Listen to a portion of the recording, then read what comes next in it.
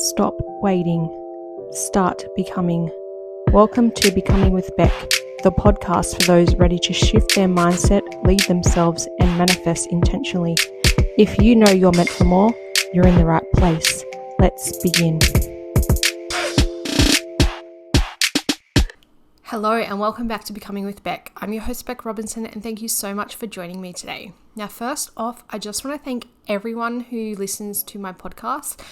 At the time that I'm recording this episode, I am currently sitting at almost 200 plays and listens. So thank you so much for supporting my podcast.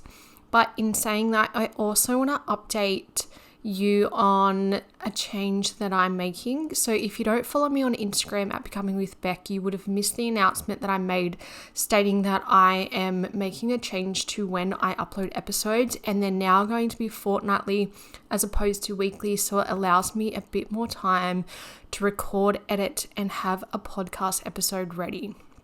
Now, since I've started back at work, it has been a bit of a challenge to find time to record an episode around working part-time, being a mum, and also on the days where I have planned to record an episode, my daughter has been sent home sick, so I have been unable to record episodes on the days that I thought I would. And so I think it's important to make this change so I can keep the episodes uploaded consistently. So thank you so much for supporting my podcast, and yeah, I will be talking to you fortnightly now instead of weekly. Now, I want to talk to you about something you said to yourself this morning. Not what you said out loud to someone else, not what you posted or typed or shared, what you said internally in that quiet, constant stream of thought that runs underneath everything, from the moment you woke to the moment you got here. I'm so tired. I have so much to do. I never have enough time. Why is this so hard? I'm not where I thought I'd be by now. Do those sound familiar? Or maybe it was subtler than that. A quiet eye roll at your reflection. A resigned sigh at your bank balance. A dismissive thought about an idea before you'd even given it a chance. Here's what most of us don't fully appreciate. Every single one of those words, those sighs, those offhand internal comments, your subconscious heard them, recorded them, and filed them as the truth. And it's building your reality accordingly. Today, I want to talk to you about one of the most underestimated forces in your life. The constant, unfiltered, extraordinary, powerful conversation you are having with your own subconscious mind. The words you use about yourself, your life, your possibilities, the stories you tell casually and repeatedly without ever questioning whether they are actually true. Because your subconscious is always listening and it is always responding. Let's talk about what that means and what to do about it. Let's start with the basics, because I think a lot of us have a vague sense that the subconscious mind is important without fully understanding why. The subconscious mind is a part of your mind that operates beneath conscious awareness. It is a vast, largely invisible architecture that runs the majority of your mental and biological processes. Your heartbeat, your breathing, your immune system, your automatic behaviors, your emotional responses, your deeply held beliefs about yourself and the world. As we've discussed in previous episodes, drawing on the work of Joe Dispenza, research suggests that by the time we reach adulthood, approximately 95% of our daily functioning is driven by the subconscious. The conscious mind, the part you think of as you, the part that sets intentions and makes deliberate decisions, accounts for only about 5%, which means that for the vast majority of your day, your subconscious is running the show. Your subconscious mind is not a passive storage system. It is an active, creative force that is constantly shaping your perception, your behavior, your decisions, and your reality, based entirely on what it believes to be true. And here is the crucial thing to understand. The subconscious mind does not think critically. It does not evaluate, question, or fact check. It simply accepts and acts. Whatever is repeatedly fed into it through your thoughts, your words, your emotions, your habitual stories, it accepts as true, as instruction, as a blueprint for how to construct your experience of reality. Think of it like the most obedient, most powerful assistant you have ever had. It will execute whatever you give it without question, without hesitation, and without judgment. The problem is that most of us have been giving it instructions we would never consciously choose through the careless, habitual, unexamined language we use every single day. The subconscious learns through repetition and emotion. Two things make an impression on the subconscious mind more than anything else: repetition and emotional charge. A thought you think once barely registers, but a thought you think 50 times a day, especially ones that carries emotional weight like shame, fear, frustration, or resignation, carves a groove, a neural pathway, a belief. And once a belief is established in the subconscious, it functions like a filter. It shapes what you notice, what you expect, what you allow, what you attract. It becomes quite literally the lens through which you experience everything. This is why the language you use matters so profoundly. Not because words are magic spells, but because the words you repeat, especially the ones wrapped in emotion, are the primary input system for the most powerful creative force you possess.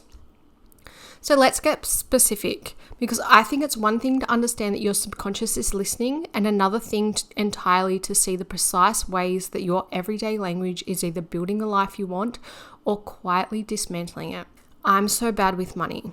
I'm always late. I could never do that. I'm such a mess. I'm terrible at relationships. These phrases are so common, so socially normalized that most of us say them without a second thought. Sometimes they're attempts at humor. Sometimes they're bids for connection, sharing our struggles as a way of relating to others, and sometimes they're just habit, pure, unexamined habit. But your subconscious doesn't know you're joking. It doesn't filter for social context. It hears, "I'm so bad with money," and it files it under confirmed.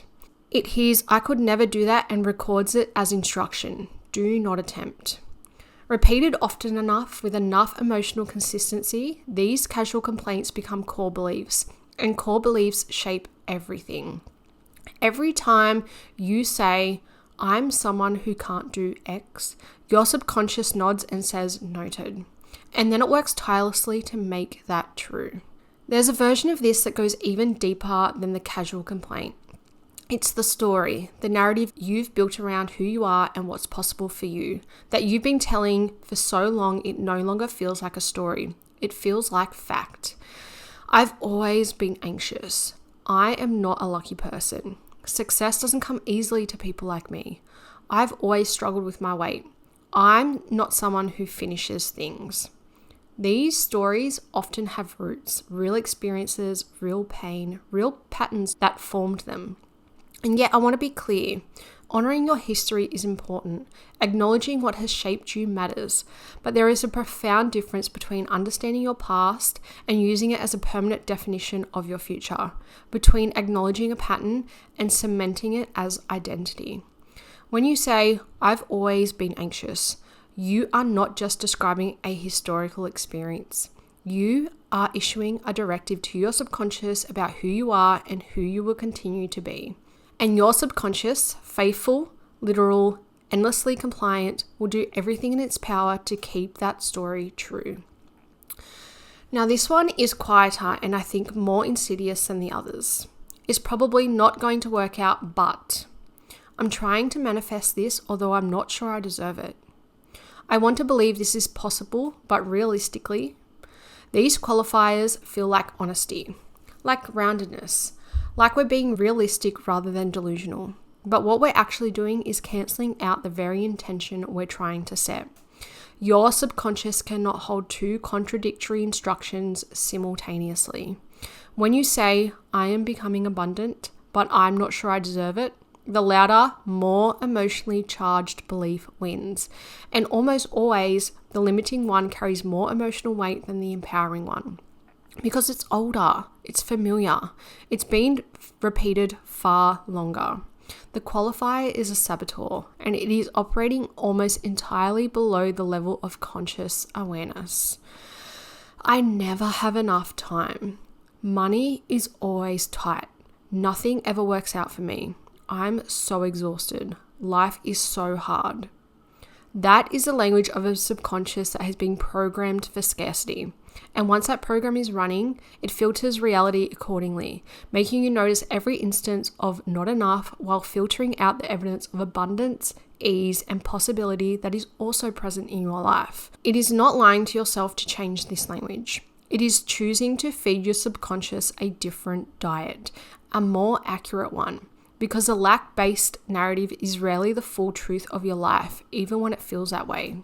So what does it look like to speak in a way that works with your subconscious rather than against it? This is where I want to get really practical. And I want to say up front, this is not about toxic positivity. It is not about pretending everything is fine when it isn't. It's not about affirmations you don't believe or forced cheerfulness that feels hollow. It is about being deliberate, about choosing language that opens possibility rather than closing it, about speaking to yourself the way you would speak to someone you deeply love and believe in. So number 1, shift from identity statements to process statements. Instead of, I'm so bad with money, try, I'm learning to have a healthier relationship with money. Instead of, I'm not a confident person, try, I'm becoming someone who trusts herself. The identity statement closes a door. The process statement opens it. And crucially, the process statement is always true. You are always in the process of becoming. Your subconscious can accept that without resistance, and it begins to orient toward the direction you've named. You don't have to believe the full destination to speak in the direction of it. A process statement is honest, believable, and quietly revolutionary. Number 2, catch and redirect. Don't suppress. I am not asking you to white knuckle your way through every negative thought, policing your inner world with exhausting belligerence. That is not the goal, and it is not sustainable. What I'm suggesting is developing a practice of noticing. When the familiar limiting language arises, and it will because it has been running for a long time, simply notice it, name it, and then redirect. Oh, there she is again, the old story.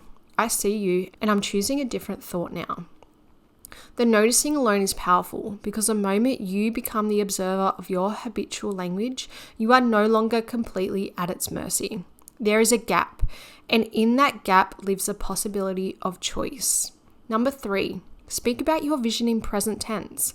This is one of the most direct ways to work with the subconscious mind, and it draws directly from the law of assumption framework we explore throughout this podcast. The subconscious mind does not distinguish between past, present, and future in the way that the conscious mind does. It operates in a kind of eternal present, and when you speak about your desired reality in future tense, I will be confident, I want to have more money, one day I'll feel at peace, you are signaling to your subconscious that you are not yet there, that it is somewhere out there in the future separate from now. But when you speak in present tense, I'm someone who trusts herself. I'm building a life of real abundance. I move through the world with ease and confidence. You are giving your subconscious a present tense instruction, a now reality to orient toward, a blueprint to begin constructing immediately. Does it feel true right away? Not always, but your subconscious doesn't need to feel certain. It just needs to be consistent. Repetition and emotion are the keys. Speak it consistently, feel into it as much as you can, and over time, the groove deepens, the belief forms, and the reality follows. Number 4, be impeccable with your casual language. This is the one that requires the most sustained attention because it is the most constant and the most overlooked. It's not just your formal affirmations or your morning journaling that your subconscious is absorbing. It's the throwaway comment in the group chat, the casual self-deprecation at dinner, the offhand sigh when you look at your to-do list, the story you tell at a party about why you could never do the thing you secretly want to do. All of it, every word, your subconscious is always in the room. This does not mean you have to be rigid or joyless or unable to laugh at yourself. It means developing a growing awareness of the difference between playful self-awareness and habitual self-diminishment, between honest vulnerability and reinforcing a story that no longer serves you. Speak about yourself and your life the way you would speak about someone you believe in completely. because your subconscious believes every word you say about yourself. Make those words worth believing. Number 5, use the power of the question. This is one of the most underutilized tools in the entire space of subconscious programming, and it is beautifully simple. Your subconscious mind is wired to answer questions. It cannot resist them. Ask it a question and it will search automatically, tirelessly, often unconsciously for an answer. The problem is the question most of us are asking. Why does this always happen to me? Why am I so stuck? Why can't I figure this out? Your subconscious will answer those questions faithfully, and the answers will not be kind or useful. But ask a different question, a generative, expansive, possibly orientated question, and your subconscious will search for that answer instead. How is this working out for me in ways I haven't noticed yet? What would it feel like to move through this with ease? Who do I need to become to have what I want? What is going right today? The quality of the questions determines the quality of your subconscious search, and what it finds shapes what you see, what you believe, and what becomes possible.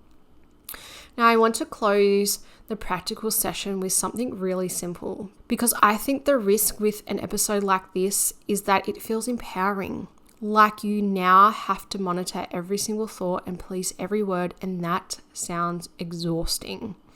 So let me give you a framework that is simple, sustainable, and genuinely effective. In the morning, set the tone deliberately. Before you pick up your phone, before the day rushes in, take 2 minutes to speak intentionally to your subconscious. Not a long list of affirmations, just 2 or 3 present tense statements about who you are and what you are creating. Speak with them as much genuine feeling as you can access. You are literally setting the first input of the day. Now, throughout the day, notice and redirect. You are not aiming for perfection. You are aiming for awareness. When the old language surfaces, and it will, simply notice it without judgment and redirect. One more deliberate thought in the direction you want to go. That's all. That's enough. And in the evening, close the loop with gratitude. The subconscious is the most receptive in the hypnagogic state, the drowsy, relaxed period just before sleep. Use it. In the last few minutes before you drift off, speak gently to your subconscious about what went well today, what you are grateful for, who you are becoming. You are literally feeding it your last input of the day. Make it one that serves you. You are always programming your subconscious. The only question is whether you are actually doing it deliberately or by default. Choose deliberately, even imperfectly, and everything begins to shift. Now, here's what I want you to remember from today. Your subconscious mind is not the enemy. It is your most faithful ally, executing without question whatever you repeatedly tell it is true. The issue has never been the subconscious itself. The issue is the unconscious, unexamined habitual language we have been feeding it for years. And the extraordinary news is this: because the subconscious learns through repetition, it can be reprogrammed through repetition. The same mechanism that created the limiting belief can create the empowering one. The same process that built the old story can build the new one. You just have to be deliberate about what you feed it. Consistent, patient, and willing to catch yourself with compassion, not criticism, when the old language surfaces. So start today and start small. One shifted statement, one redirected thought, one generative question instead of a defeating one.